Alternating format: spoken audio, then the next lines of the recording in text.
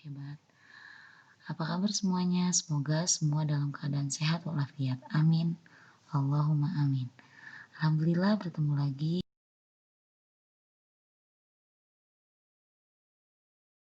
tema 1 di materi yang baru.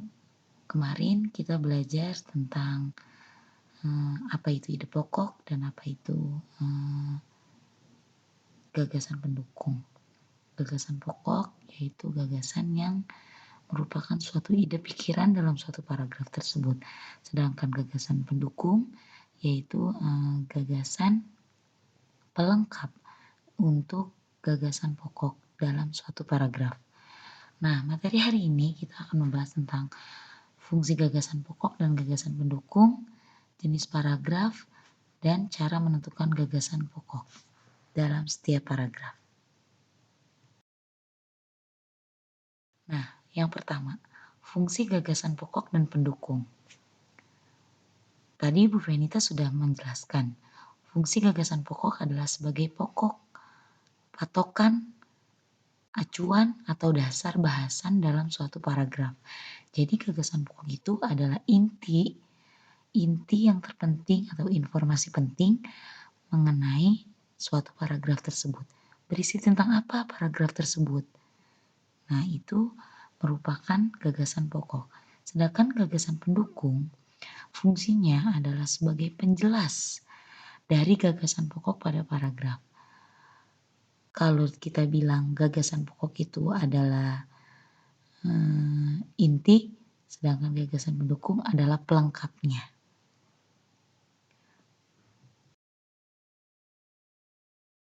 Nah, sekarang bahasan yang kedua.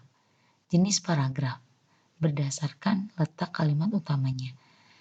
Jenis paragraf berdasarkan letak kalimat utamanya itu dibagi menjadi 3. Yang pertama adalah paragraf deduktif. Apa sih itu paragraf deduktif? Nah, paragraf deduktif adalah paragraf yang kalimat utamanya terletak di awal paragraf. Jadi kalimat utama atau kalimat intinya yang membahas suatu paragraf itu ada di awal paragraf.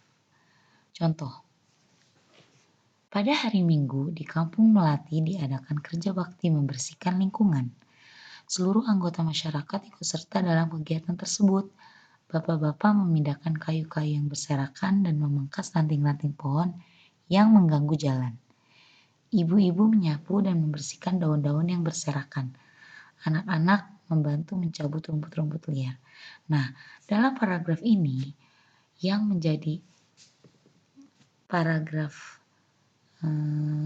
yang menjadi ide pokok adalah kalimat yang pertama. Pada hari Minggu di Kampung Melati diadakan kerja bakti membersihkan lingkungan. Mengapa ini menjadi paragraf? Mengapa ini menjadi gagasan pokok?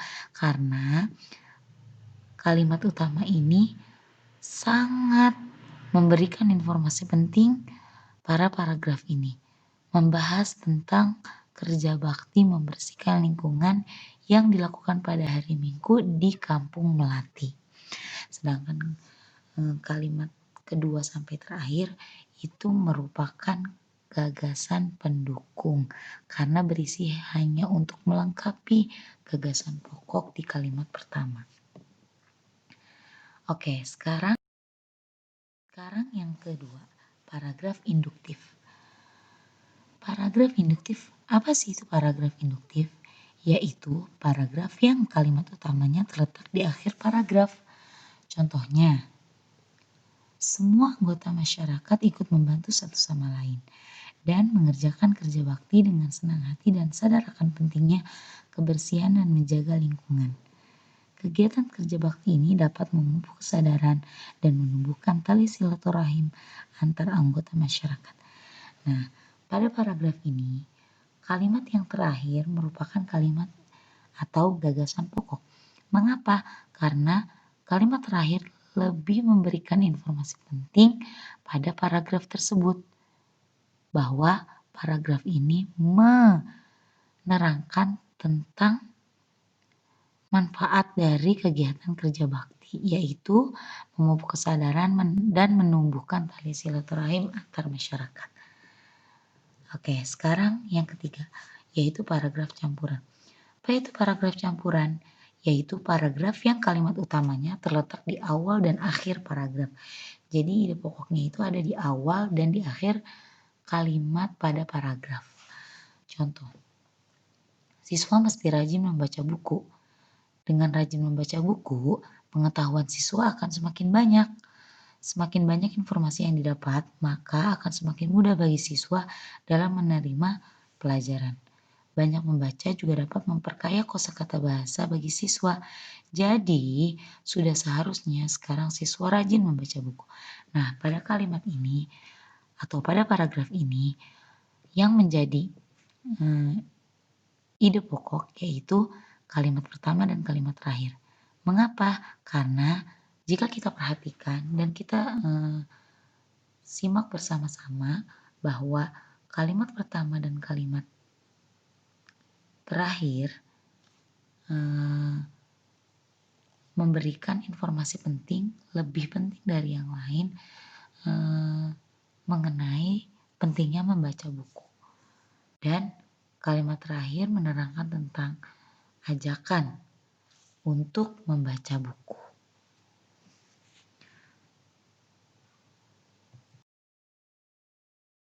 Sekarang materi selanjutnya yaitu cara menentukan gagasan utama.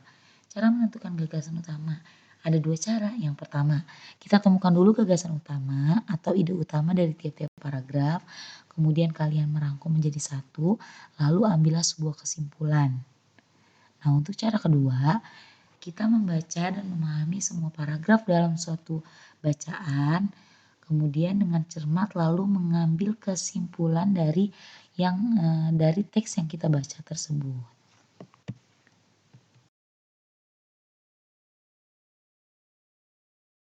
Oke, alhamdulillah pembahasan hari ini selesai.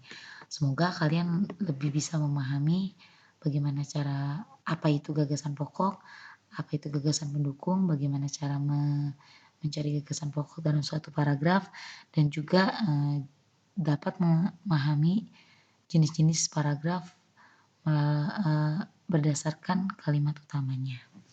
Nah, sekarang ada tugas. Tugas yang pertama, ada dua tugas. Yang pertama yaitu LKS halaman 11 yang ayo berlatih. Di situ ada teks, kalian membaca. Kemudian ada dalam teks tersebut ada dua paragraf. Nah, kalian hanya menuliskan gagasan pokoknya saja dalam setiap paragraf. Nah, kemudian gagasan pendukungnya tidak usah ditulis. Kemudian tugas yang kedua yaitu LKS halaman 11 dan 12 yang ayo kerjakan itu menjawab soal 1-5. Tulis jawabannya saja. Semua dikerjakan di buku tulis bahasa Indonesia. Terima kasih.